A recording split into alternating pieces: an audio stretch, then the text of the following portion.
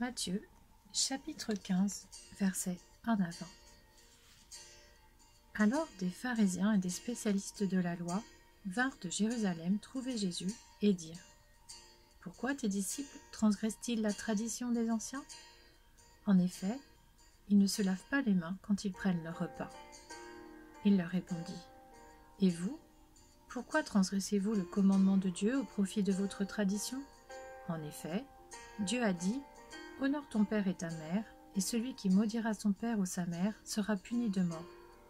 Mais d'après vous, celui qui dira à son père ou à sa mère : ce dont j'aurais pu t'assister est une offrande à Dieu, n'est pas tenu d'honorer son père ou sa mère.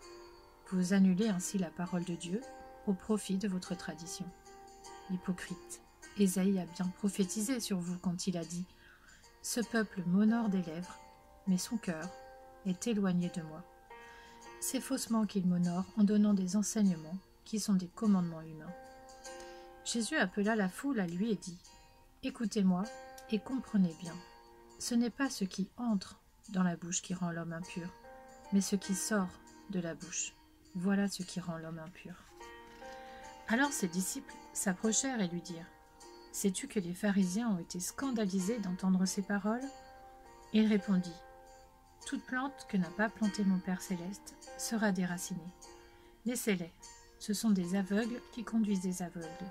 Si un aveugle conduit un aveugle, ils tomberont tous les deux dans un fossé. Pierre prit la parole et lui dit : explique-nous cette parabole.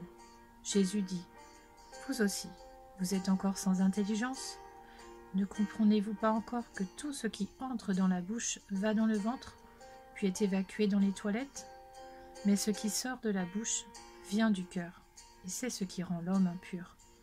En effet, c'est du cœur que viennent les mauvaises pensées, les meurtres, les adultères, l'immoralité sexuelle, les vols, les faux témoignages, les calomnies. Voilà ce qui rend l'homme impur. Mais manger sans s'être lavé les mains, cela ne rend pas l'homme impur.